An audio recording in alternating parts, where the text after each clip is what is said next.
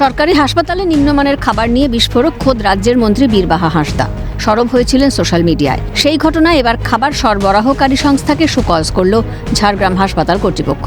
এ নিয়ে Jhargram medical college হাসপাতালের MSVP অনুরূপ পাখিরা জানান, আগেও খাবারের গুণমান খারাপ থাকার অভিযোগ উঠেছিল।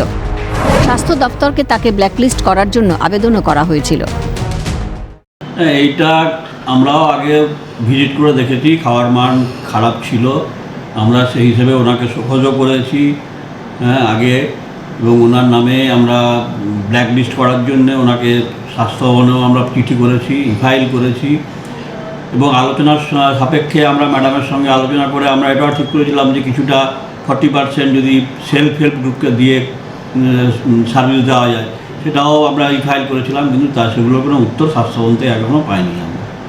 এদিকে পাল্টা অভিযোগ করেছেন হাসপাতালের খাবার সরবরাহকারী সংস্থার কর্তা সুভাষ চন্দ্র দাস। তিনি বলেন, গত 12 বছর ধরে খাবার সরবরাহের জন্য রোগী পিছু 54 টাকা 60 পয়সা দেওয়া হয়। প্রায় 40 লক্ষ টাকা বাকি পড়ে আছে, সেই টাকা এখনও পাওয়া যায়নি। বরাদ্দ বাড়ানো নিয়ে হাইকোর্টে 2020 সালে মামলাও হয়, কিন্তু সুরাহা হয়নি। তাহলে 2015 সাল থেকে এখনও পর্যন্ত কোনো টেন্ডার হয়নি।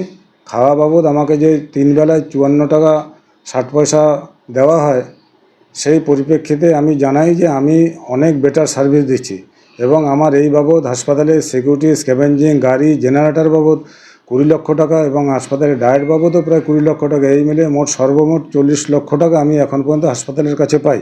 আমি বরাবর বলে এসেছি যে 2015 সাল থেকে কি কোনো জিনিসের দাম বাড়েনি? তাহলে একই দামে আজকে দীর্ঘ 10 বছর ধরে চালিয়ে যাচ্ছি। এটা ওনারা বলছে না কেন যে 54 টাকায় 3 বেলা খাবার দেওয়া হচ্ছে?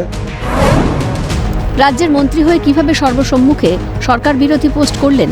শুধু সরকার তাই নয়, কিভাবে রাজ্যের মুখ্যমন্ত্রীর দফতরের বিরুদ্ধে পোস্ট করলেন? দল এই নিয়ে কোনো ব্যবস্থা নেবে কিনা তা জানার জন্য জেলা সভাপতির সঙ্গে ফোনে যোগাযোগের চেষ্টা করা হয়, কিন্তু তিনিও ফোন তোলেননি বলেই অভিযোগ। অন্যদিকে ঘটনায় বিজেপি সহসভাপতি দেবাশিস কুণ্ডু সরব হয়ে বলেন, রাজ্যের মন্ত্রী বীরবাহা হাঁসদা যখন রোগী কল্যাণ সমিতির চেয়ারপারসন ছিলেন, তখনও খাবার নিম্নমানের খাবার ছিল। তাহলে তখন কেন আওয়াজ তোলেননি? পিছনে শাসকের গোষ্ঠীদ্বন্দ্ব রয়েছে বলেই দাবি দেবাশিস কুণ্ডুর।